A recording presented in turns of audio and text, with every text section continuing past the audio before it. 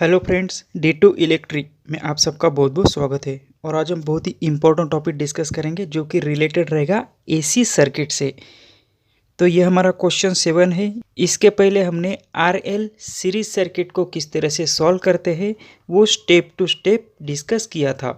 तो ये भी क्वेश्चन उसी टाइप का है।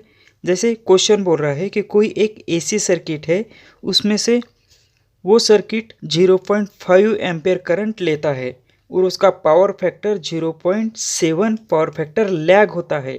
लैग होता है मतलब ये इंडक्टिव सर्किट है।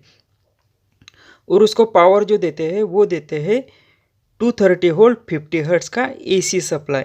तो हमें फाइंड करना है इम्पीडेंस की वैल्यू, उसके बाद में फाइंड करना है रेजिस्टेंस की वैल्यू, उसके बाद में इंडक्टिव रिएक्टेंस जिसको ही हम एक्सेल कहते हैं, उसके बाद में पावर को कैलकुलेट करना है और इंडक्टेंस को कैलकुलेट करना है।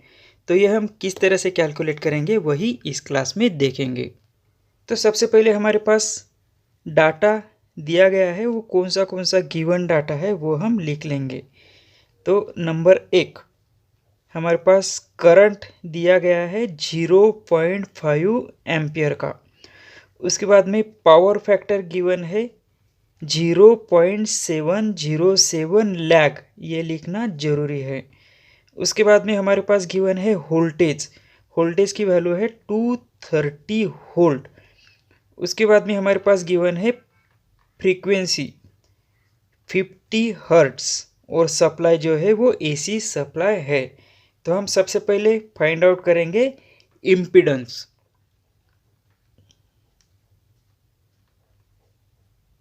और इम्पीडेंस को ही हम जेड से डिनोट करते हैं।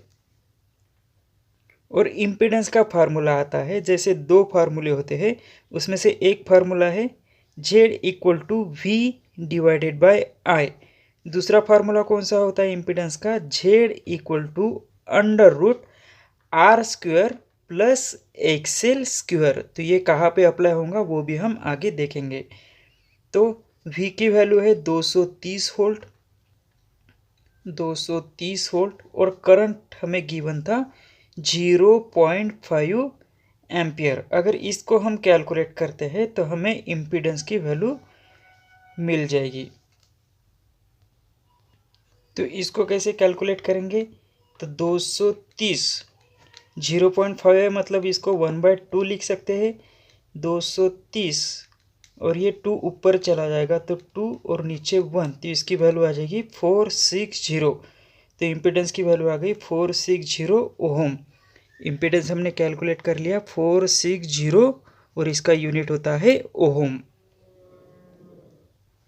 सेकंड नंबर पे हमें कैलकुलेट करना है रेजिस्टेंस। और रेजिस्टेंस को हम कैपिटल आर से डिनोट करते हैं और इसका यूनिट ओम होता है। तो रेजिस्टेंस हमें कैलकुलेट करना है। हमारे पास पावर फैक्टर की वैल्यू गिवन है और इम्पीडेंस की भी वैल्यू हमें पता है। तो इससे हम निकाल सकते हैं इस फार्मूले से। जैसे पावर फैक्टर का फार्मूला था, power factor equal to R divided by Z. तो पावर फैक्टर की वैल्यू हमारे पास गिवन है 0.707 इक्वल टू रेजिस्टेंस हमें निकालना है और इम्पीडेंस की वैल्यू अभी हमने कैलकुलेट की थी 460। अगर हमें यहाँ से R की वैल्यू निकालना है तो R इक्वल टू ये एज इट इज़ रहेगा 0.707 और ये 460 इसके मल्टीप्लाई में चले जाएंगे 460। तो अगर हम इसको कैलकुलेट करते हैं 460 इंटू 707 तो ये आ जाएगा रेजिस्टेंस इक्वल टू 325.2 ओम। ये रेजिस्टेंस हमें कैलकुलेट कर लिया। ये रेजिस्टेंस की वैल्यू हमने कैलकुलेट कर ली। तो रेजिस्टेंस की वैल्यू हम यहाँ पे लिख लेते हैं 325.2 ओम। रेजिस्टेंस को भी कैलकुलेट कर लिया। ये सभी फार्मूले हमने लास्ट क्लास में डिस्कस किए हैं। ये इम्पोर्टेंट फार्मूले हैं और इसको याद रखना ज़रूरी है। ताकि कोई भी दो वैल्यू हमें गिवन है तो तीसरी वैल्यू हम इजीली निकाल सकते हैं। उसके बाद में थर्ड नंबर पे है इंडक्टिव रिएक्टेंस। इंडक्टिव रिएक्टेंस को ही हम एक्सेल से डिनोट करते हैं। अब एक्सेल की वैल्यू निकालना है तो हम क्या करेंगे, हमारे पास एक फार्मूला था जेड ये वाला equal to under root R square plus XL square. अब ये एक्सेल हमें निकालना है तो एक्सेल हम यहाँ पे लेके जाएंगे। XL equal to under root Z square minus R square. तो ये हमारा फार्मूला हो गया रेडी। अब इसमें वैल्यू पुट करना है। XL equal to under root Z की वैल्यू कितनी थी, हमने निकाला था 460 का स्क्वायर माइनस रेजिस्टेंस की वैल्यू हमने निकाली थी 325.2 स्क्वायर। अगर हम इसको कैलकुलेट करते हैं तो इसकी वैल्यू हमें मिल जाएगी under root 460 square minus 325.2 square. तो ये आ जाएगा 325.33 ओहम। ये एक्सेल की वैल्यू भी हमें यहाँ से मिल गई। तो एक्सेल की वैल्यू कितनी थी 325.33 ओहम। अब फोर्थ नंबर का जो पैरामीटर है वो कैलकुलेट करना था हमें पावर। तो पावर को ही हम P से डिनोट करते हैं। यहाँ पे कौन सा पावर निकालना है वो दिया नहीं है, इसलिए हम यहाँ पे एक्टिव पावर को कैलकुलेट करेंगे। और एक्टिव पावर का फार्मूला आता है VI cos फाइव। तो वोल्टेज की वैल्यू हमारे पास गिवन है 230 वोल्ट। ठीक है, उसके बाद में करंट की वैल्यू हमारे पास गिवन है 0.5 एम्पियर इंटू पावर फैक्टर की भी वैल्यू हमारे पास गिवन है 0.707। अगर इसको हम कैलकुलेट करेंगे तो हमें पावर की वैल्यू मिल जाएगी। तो हम कैलकुलेट करते हैं 230 इंटू 0.5 इंटू 0.707। अगर इसको कैलकुलेट करते हैं तो ये आ जाता है 81.30 वैट। ये हमें पावर का वैल्यू यहाँ पे मिल गया 81.30 वैट। अब लास्ट बचा हमारा इंडक्टेंस, मतलब एल की वैल्यू निकालना है। तो हम इजीली निकाल सकते हैं इसको। जैसे एक्सेल इक्वल टू, एक्सेल का फॉर्मूला क्या था 2πfl। ठीक है, तो हम यहाँ पे लिख लेते हैं 2πfl।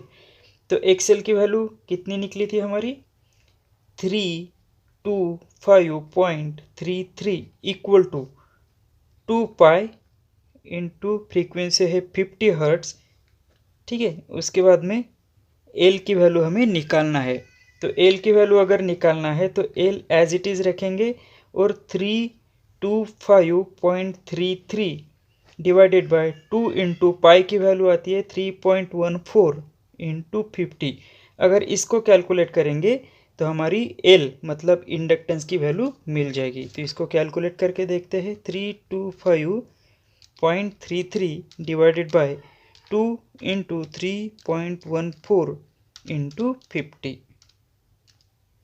तो ये आ गया 1.03 हेनरी। तो इंडक्टर्स की वैल्यू भी हमने निकाली 1.03 हेनरी। तो इस तरह से इस टाइप से कोई भी क्वेश्चन हो तो हम इजीली स्टेप वाइज इस सभी क्वेश्चन को सॉल्व कर सकते हैं। जैसे कि यहाँ पे देखते हैं तो यहाँ पे एक फार्मूला था हमारा था Z इक्वल टू V/I। तो बहुत से स्टूडेंट को ये प्रॉब्लम होगा कि ये फार्मूला कहाँ से आया है।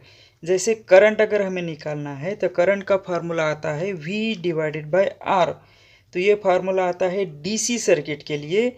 अगर AC सर्किट में हमें कैलकुलेशन करना है तो ये फार्मूला बनता है V/Z। ठीक है, ये होता है AC के लिए। अब हमें यहाँ से इम्पीडेंस निकालना था, Z की वैल्यू निकालनी थी।